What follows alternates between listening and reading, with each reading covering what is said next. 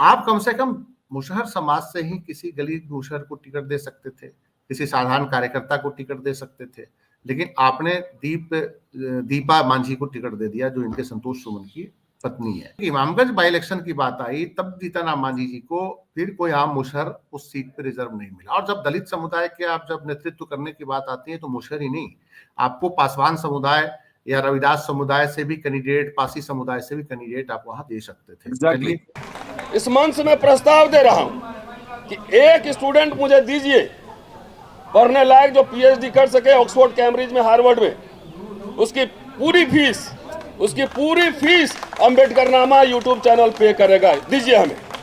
हम ऐसे लोग इस समाज से तैयार करना चाहते हैं जो अंग्रेजी बोले, जो फ्रेंच बोले, इकोनॉमिस्ट बने, हिस्टोरियन बने। हम ऐसे समाज तैयार करना चाहते हैं इस भूया समाज से। आप मुझे बच्चे दीजिए।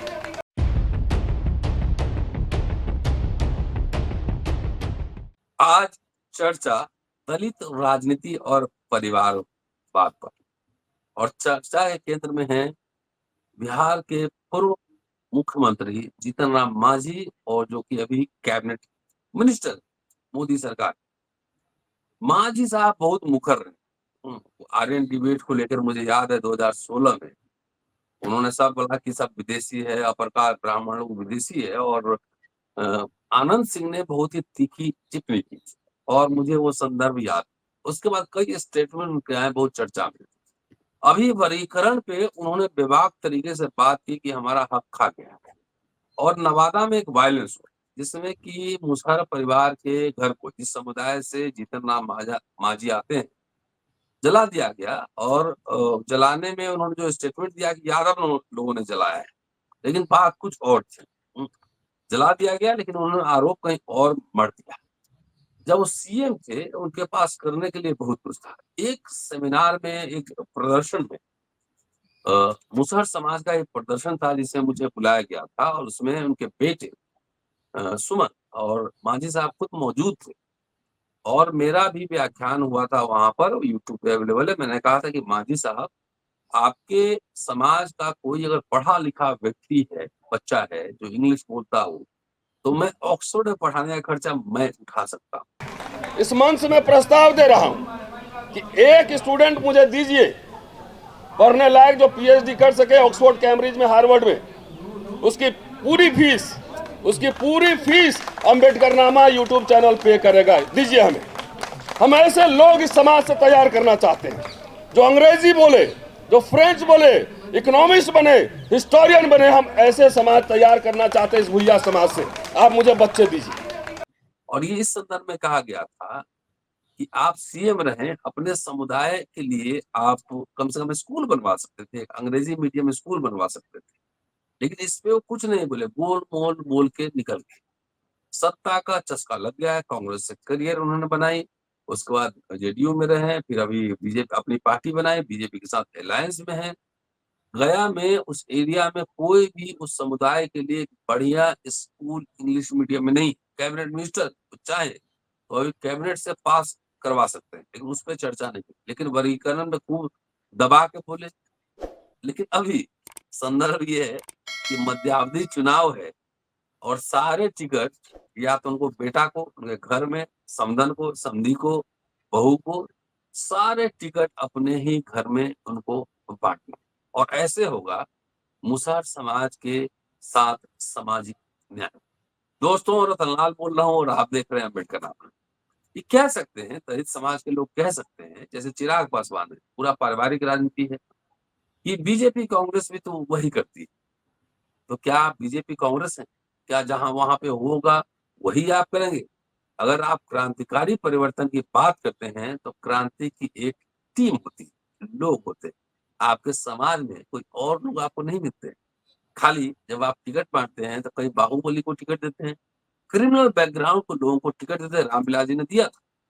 इस सब ऐतिहासिक ये तथ्य है। चर्चा कर रहा हूँ इसी विषय पर। संदीप पांडे साहब हैं और वरिष्ठ पत्रकार हैं, लेखक हैं, गया के रहने वाले, जहां पर जीतन राम मांझी का पूरा होमलैंड है।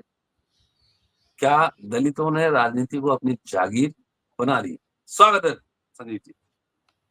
नमस्कार। मैंने इनिशियल बैकग्राउंड दे दी है, और आप बताइए जो मैंने कहा कि दलित राजनीति में जागीरदारी की ओर चली गई, यहीं से शुरू करते हैं।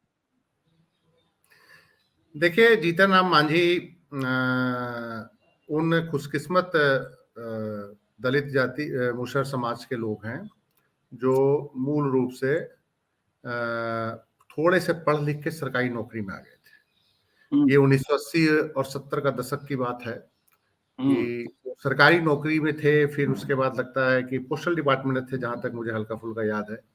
फिर उन्होंने राजनीति में आया, प्रवेश किया और कांग्रेस पार्टी ने उन्हें टिकट दिया था। और वो पहली बार जब विधानसभा चुनाव लड़े और बड़े खुशकिस्मत थे कि विधानसभा चुनाव लड़ने के बाद वो रिजर्व कोटे से चुनाव जीते भी और उसके बाद बिहार सरकार में मंत्री भी बन गए थे। तो ये उनकी बहुत ही बड़ी खुशकिस्मती थी कि वो राजनीति में जब आए तो राजनीति में आने के बाद बहुत जल्दी उनको सफलता मिली। और मैं समझता हूं कि जीतन राम मांझी उन नेताओं में से हैं जो वैचारिक रूप से हर दल के यात्रा करके आए। क्या देखा जाए तो कांग्रेस, क्या आरजेडी, क्या जेडीयू, फिर उन्होंने हम बनाया। ऑफिशियली भारतीय जनता पार्टी के अंदर नहीं गए, लेकिन भारतीय जनता पार्टी से अलायंस पार्टनर तो रहे, इसमें कोई शक नहीं है, आज भी हैं। तो जीतन राम मांझी उन खुशकिस्मत लोगों में थे कि जीतन राम मांझी जी मंत्री भी बने। 1991 में ये लोकसभा चुनाव कांग्रेस से भी लड़े थे, तो और उसके बाद आरजेडी में आ गए। आरजेडी में आने के बाद फिर जेडीयू में भी आ गए, जेडीयू के कोटे में मंत्री रहे और जेडीयू कोटे से सीएम बन गए। और कि इनकी जो एक पहचान बनी कि एक दलित नेता के रूप में, लेकिन दलितों में सबसे ज्यादा जो इनका जो एक आधार था वो मुसहर कम्युनिटी में है, मांझी कम्युनिटी में है। अब लेटेस्ट ये आते हैं कि देखिए, जब जीतन राम मांझी ने हम पार्टी बनाई तो हम पार्टी बनाने के बाद इनका मतलब कि एक बेस तो इनकी लड़ाई गया जिला थोड़ा सा ज्यादा गया के आसपास, औरंगाबाद, नवादा, नालंदा जिला तक ही इनका अपना एक बेस, अपनी पॉलिटिक्स रही, लेकिन मेन गया तक रही। लेकिन गया तक इनकी राजनीति में जो सबसे बड़ी दिलचस्प बात ये देखने को मिली कि ये जो बुद्धि, ये जो अपने फैमिली से आगे ये नहीं बढ़ पाए, खुद विधायक बने और अब जो है इनके बेटे एमएलसी बन गए कोटे से। फिर एमएलसी जब बन गए उसके बाद वो मंत्री भी बन गए। इनकी समधी ऑलरेडी गया जिले के बाराचट्टी विधानसभा क्षेत्र से वो भी विधायक है, ज्योति मांझी, जो जीतन राम मांझी की समधी है। और जो अब जब टिकट बांटने की इमामगंज बाई इलेक्शन की बात आई, तब जीतन राम मांझी जी को फिर कोई आम मुसहर उस सीट पर रिजर्व नहीं मिला। और जब दलित समुदाय के आप जब नेतृत्व करने की बात आती है तो मुसहर ही नहीं, आपको पासवान समुदाय या रविदास समुदाय से भी कैंडिडेट, पासी समुदाय से भी कैंडिडेट आप वहां दे सकते थे। चलिए, लेकिन चलिए आप उन्होंने नहीं दे दिया, उनको नहीं दिया। आप कम से कम मुसहर समाज से ही किसी गरीब मुसहर को टिकट दे सकते थे, किसी साधारण कार्यकर्ता को टिकट दे सकते थे, लेकिन आपने दीपा मांझी को टिकट दे दिया जो इनके संतोष सुमन की पत्नी है। और जबरदस्त बात यह थी कि जब टिकट बंटवारा से पहले इस सीट के लिए फैमिली में ही हॉट रेस था, with in family. Jitan Ram Manjhi के दामाद देवेंद्र मांझी भी टिकट मांग रहे थे और जीतन राम मांझी के जो छोटे बेटे के प्रवीण मांझी है वो भी टिकट मांग रहे थे। चलिए, इस रेस में उनके जो संतोष सुमन जो है वो प्रिवेल कर गए और संतोष सुमन जी की पत्नी जो है वहां से कैंडिडेट बन गई है। अब सवाल ये उठता है कि एक तरफ तो आप संपूर्ण दलित समाज के उत्थान की बात कर रहे हैं, आपने अभी जब सुप्रीम कोर्ट का जब फैसला आया कि सब कैटेगराइजेशन करना है और दलितों में जो हैव नॉट्स हैं, जो दलितों में एक अमीर हो गए हैं, एलीट हो गए हैं, उनकी जगह जो हैव नॉट्स हैं जिनको कुछ नहीं मिलना है उनको आरक्षण दिया जाए, जो सुप्रीम कोर्ट का एक वो है, उनके लिए विशेष मतलब सब कैटेगराइजेशन किया जाए, उनमें क्रीमी लेयर की तलाश की जाए, क्रीमी लेयर मैं अमीर दलित हूँ, मेरे पास कोई घर में है, जमीन है, कुछ भी नहीं है, आप ही घर में जाकर बसे गया में।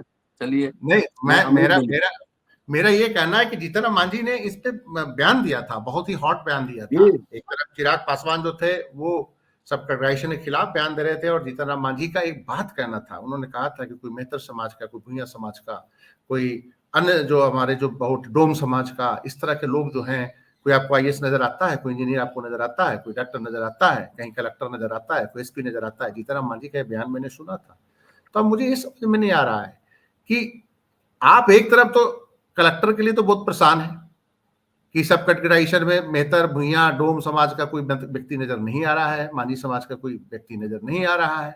और आप खुद भी कहते थे कि जब मंत्रिमंडल का विस्तार होता है तो हम लोगों को क्या दिया जाता है, लेबर दे दिया जाता है और पता नहीं कौन कौन सा डिपार्टमेंट दे दिया जाता है, घटिया घटिया डिपार्टमेंट। हम लोग बड़ा डिपार्टमेंट क्यों नहीं दिया जाता, PWD नहीं देते हैं, फाइनेंस नहीं देते हैं, क्योंकि फाइनेंस नहीं माल बहुत देते। ज्यादा है। तो ये बात उन्होंने जब कही उस समय, तो उस स्टैंड पे कायम रखते हुए जब सब कैटेगराइजेशन की आप बात कर रहे थे, दलित कलेक्टर का आपको मुद्दा उठा रहे थे, दलित एसपी का मतलब कि जो एक डिप्राइव्ड डी ग्रुप मान के चलिए जो हरियाणा में किया है, तो लेकिन आप जब टिकट बांटते हुए उस डी ग्रुप का ध्यान नहीं रखा आपने, फैमिली फर्स्ट कर दिया, परिवार फर्स्ट कर दिया आपने। आपको कम से कम सोचना चाहिए था कि अभी जो 2 महीना पहले ही बयान दे रहे थे कि दलित समाज का, भुइयां समाज का कोई कलेक्टर नहीं है, तो भुइयां समाज का एक एमएलए बना देते ना, सामान्य भुइयां समाज का किसी को। वो तो उन्होंने किया नहीं। परिवार मतलब कि अब मतलब कि गया जिले से खुद सेंटर में मंत्री है, बेटा बिहार सरकार में मंत्री है, समधन बाराचट्टी से एमएलए हैं, और अब अपने बेटे की वाइफ जो उनको कुतो बोलते हैं बिहार की भाषा में, उनको इमामगंज से एमएलए बनाने की तैयारी कर रहे हैं।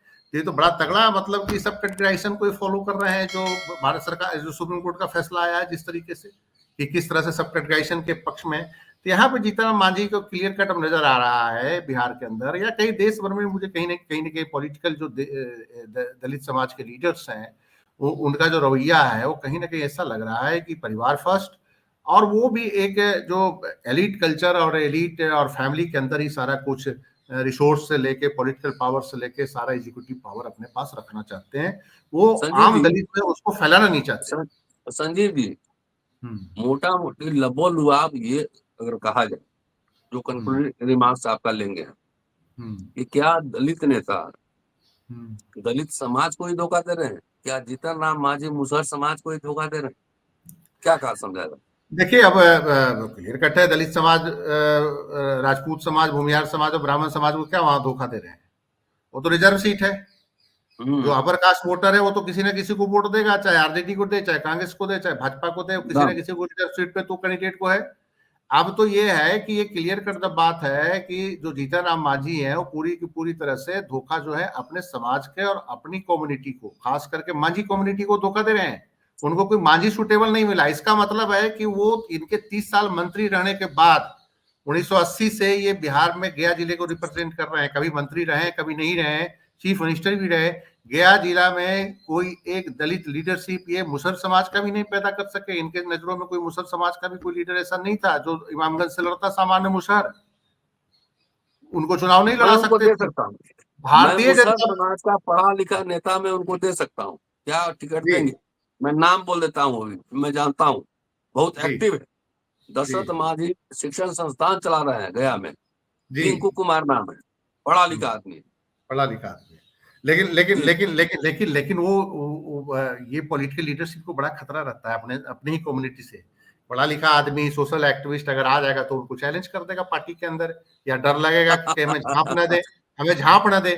आप एक बात देखिए कि भारतीय जनता पार्टी ने इनसे ज्यादा हमारे जिले के अंदर 10 मांझी दलित लीडर पैदा कर रखा है भाजपा ने, भारतीय जनता पार्टी को। ये देखने वाला है। मतलब कि वहां से हरि मांझी सांसद हुए और फिर उसके बाद राजेश मांझी आरजेडी का सांसद हुए। मतलब कि मांझी कम्युनिटी को दूसरे पार्टियों ने नर्स कर दिया। लेकिन जीतन राम मांझी जब मांझी समुदाय और मांझी समुदाय की चैंपियनशिप की बात करते हैं तो उनको अपना परिवार ही नजर आता है, आम मांझी नजर नहीं आता। हमारे बोधगया रिजर्व क्षेत्र में ही 4-5 ऐसे में मांझी लीडर को जानता हूं जो भारतीय जनता पार्टी के लीडर हैं, और वो अच्छे लीडर हैं। वो सभासद भी हैं, वो म्युनिसिपैलिटी के चेयरमैन पदों पे भी काबिज रहे हैं ऐसे लोग। तो मुझे समझ में नहीं आता है कि जो सामान्य मांझी जो कार्यकर्ता या एक्टिविस्ट है उनको जीतन राम मांझी को क्या प्रॉब्लम है और उनको टिकट देने में क्या प्रॉब्लम थी। मुझे ये समझ में नहीं आया कि हालांकि देखिए भारतीय जनता पार्टी भी इससे मुक्त नहीं है। अब भारतीय जनता पार्टी तरारी सीट पे सुनील पांडे के बेटे को लेके आई है। आम भारतीय जनता पार्टी कांग्रेस आरजेडी से तुलना नहीं कर रहे हैं। मान ली वो जो काम कर रहे हैं वही दलित सभी करने लगे, तो what is the difference? What is the difference? Difference तो कोई डिफरेंस तो है नहीं। ये तो उनसे भी ज्यादा खतरनाक हो गए। भारतीय जनता पार्टी और कांग्रेस और आरजेडी पूरे बिहार में है, दूसरे सामान्य लोगों को भी बीच बीच में मौका दे रहे हैं ये है ही एक लिमिटेड जगह में और लिमिटेड एक प्रभाव क्षेत्र वाले में जो भी इनका प्रभाव है वो सारा जो रिसोर्स है अपने फैमिली के अंदर बांटना चाहते हैं। सारे जो पॉलिटिकल पावर है वो अपने फैमिली के अंदर। इनका गया जिला औरंगाबाद से ज्यादा कोई प्रभाव नहीं है। ओल्ड गया डिस्ट्रिक्ट में इनका प्रभाव है, गया, जहानाबाद, औरंगाबाद, नवादा, मगध जिसको अब कमिश्नरी बन गई है, किसी जमाने में यही गया डिस्ट्रिक्ट होता था, जिसमें जहानाबाद था, औरंगाबाद था, नवादा था, ये तीन। अरवल डिस्ट्रिक्ट भी पहले गया में ही आता था, जो अब अरवल डिस्ट्रिक्ट बन गया। तो ये जो चार जो वर्तमान जिलों में इनका एक राजनीतिक पहचान है, राजनीतिक प्रभाव है। तो लेकिन पॉलिटिकल प्रभाव न्यू गया डिस्ट्रिक्ट में है, जो अभी जो गया का जो भौगोलिक रीजन है, ज्यादा वहीं पे इनका प्रभाव है। तो वहां पे भी जब इनकी हिस्सेदारी आती है तो बेटा अगर चुनाव नहीं जीत सकता तो वहां पे एमएलसी पिछड़ाड़े से घुसा दो, पिछड़े रास्ते से घुसवा दो, विधानसभा में फिर मंत्री भी बना दो। मंत्री के लिए भी इनको कोई मांझी नजर नहीं आया। और तो और जब संतोष सुमन के साथ साथ जो इनकी समधन ज्योति मांझी भी मंत्रिमंडल पद के लिए उस समय क्लेम कर रही थी लगातार, जब ये मंत्रिमंडल का विस्तार हो रहा था, जदयू और बीजेपी के बीच गठबंधन की सरकार बनी, तो ज्योति मांझी भी लगातार अपना क्लेम कर रही थी कि मैं भी 2 बार 3 बार विधायक रह चुकी हूँ, हमें भी मंत्री बनाओ। तो वो भी मांग रही थी हिस्सेदारी टिकट के लिए। तो ये जो सारी स्थिति बनी तो उसमें ये है कि इनको आपके पास बचा खुचा 5-6 जगहों पे जब प्रभाव है तो वो जो है आप सारा का सारा अपने परिवार की वजह, वो भी रिजर्व कंस्टिट्यूएंसी में। जनरल कंस्टिट्यूएंसी में किसी दलित को जितना बड़ा मुश्किल होता है, वहां पे एकजुटता हो जाती है, या कोई भी पॉलिटिकल पार्टी हिम्मत नहीं दिखा पाती कि जनरल सीट पे किसी दलित को लड़ा दें। तो हम पार्टी को अखिलेश यादव ने इस बार ये रिस्क लिया था। हाँ, 2 सीटों पे उत्तर प्रदेश में चुनाव लड़ाया था और वहां पे आप राम जी के जन्मभूमि में दलित को जितवा के लाया। अखिलेश यादव ये एक्सपेरिमेंट किए इस बार। हाँ, तो उन्होंने फैजाबाद प्लस इधर मेरठ में भी एससी कैटेगरी के कैंडिडेट को जनरल कैटेगरी से लड़ाया था। लेकिन वहां पे ऐसे किसी भी पार्टी ने अभी तक हिम्मत नहीं दिखाई है। लेकिन जीतन राम मांझी जो है, चलिए टेकारी सीट पे वो एक भूमिहार को टिकट दे देते हैं, जो कोच टेकारी सीट है, वहां से वो विधायक है अनिल कुमार। तो वो जो है अनिल कुमार, उनके भाई भी जहानाबाद के सांसद रहे, अरुण कुमार, वो अलग पार्टी में थे, पहले एलजेपी के साथ थे, इस समय बसपा के साथ है, बहुजन समाज पार्टी से इस बार लोकसभा लड़े थे। तो ये जो है जीतन राम मांझी अब 2-3 रिजर्व सीट में कहते हैं फैमिली को ही बांट लेंगे। तो इसका मतलब है मुसहर समाज को तो सबसे ज्यादा डिप्राइव्ड आप कर रहे हैं, सबसे बड़ा तो क्रीमी लेयर खतरनाक आप हो गए। सुप्रीम कोर्ट के जो ऑर्डर को सबसे पहले प्रैक्टिकली आप वायलेट कर रहे हैं कि अपने कम्युनिटी को, सुप्रीम कोर्ट के जब ऑर्डर आया कि क्रीमी लेयर प्लस वर्गीकरण, तो जहां वर्गीकरण पे आपके हाथ में था देना, भारत सरकार ने नहीं देना था। भारत सरकार ने तो भी दिया भी नहीं है, ना किसी स्टेट ने किया है कि शेड्यूल कास्ट के रिजर्वेशन को वर्गीकृत कर दिया है, अभी तो नहीं किया। लेकिन जहां पे आपके हाथ में था कि किसी भी डिप्राइव्ड शेड्यूल कास्ट के किसी आम आदमी को आप एक एमएलए बना सकते थे, एक पद दे सकते थे। अरे एक नॉर्मल मांझी जो डीएम नहीं बन पाया, जो एसपी नहीं बन पाया आपके नजरों में, 3 महीने के बाद आप 3 महीने पहले बयान दे रहे थे, अगर वो कम से कम एक विधायक आप बना सकते थे। लेकिन वो विधायक भी आपने किसको बनाने की कोशिश करी, अपने बेटे की वाइफ को। तो कमाल की बात है। चलिए संजीव जी, बहुत बहुत शानदार बातचीत आपने की। और क्या दलित जाति के नेता अपने समाज को धोखा दे रहे? क्या जीतन राम मांझी मुसहर समाज को धोखा दे रहे? यक्ष प्रश्न है, इस पे आप भी सोचिए। अपने बच्चों के लिए स्कूल कॉलेज नौकरी की बात करिए। कम से कम गया जिला में एक बढ़िया शानदार मुसहर 500 बच्चों के लिए इंग्लिश मीडियम स्कूल खुले, ये हमारी डिमांड है। मैंने जंतर मंत्र पर जो भाषण दिया था उसे क्लिपिंग्स लगा रहा हूं, और मैंने कहा था कि ऑक्सफोर्ड पढ़ाऊंगा मैं, एक मुसहर बच्चा मुझे दीजिए, खर्चा मैं पूरा उठाऊंगा। सवाल सिंबोलिज्म का नहीं है, सवाल ये है कि क्या आप अपने समाज के प्रति जागरूक हैं कि नहीं, सचेत हैं कि नहीं, या उनके इमोशन का फायदा उठाकर अपने घर में रबड़ी बांट रहे। ये कहना कि आरजेडी भी वैसे करती है, कांग्रेस भी वैसे करती है, बीजेपी वैसे करती है, तो क्या आप उन्हीं पार्टियों की तरह हैं या आप एक क्रांतिकारी पार्टी हैं? ये आपको साबित करना होगा, ये तय करना होगा, और दलित समाज को भी तय करना होगा। संजीव ने बहुत शानदार बातचीत की, और हम चाहते हैं कि संजीव जी भी जो है ना, मांझी साहब के साथ जाके एमएलए का टिकट लेके गया से चुनाव लड़े, हम प्रचार में चले। शुक्रिया संजीव, बहुत शानदार बातचीत के लिए। मैं आपको मैं बता दूं कि 1999 के लोकसभा इलेक्शन में हम लोग मांझी जी के पुराने समर्थक रहे हैं, कांग्रेस की टिकट पे अच्छा। चुनाव लड़ रहे थे, तो हम लोग अरे कभी हमारे समर्थक भी बन जाइए। हम लोग वोट मांझी जी को 2 बार दे चुके हैं, ऐसी बात नहीं है। उनके चलिए, समर्थक शुक्रिया संजय जी, बहुत शानदार बातचीत के लिए। Thank you.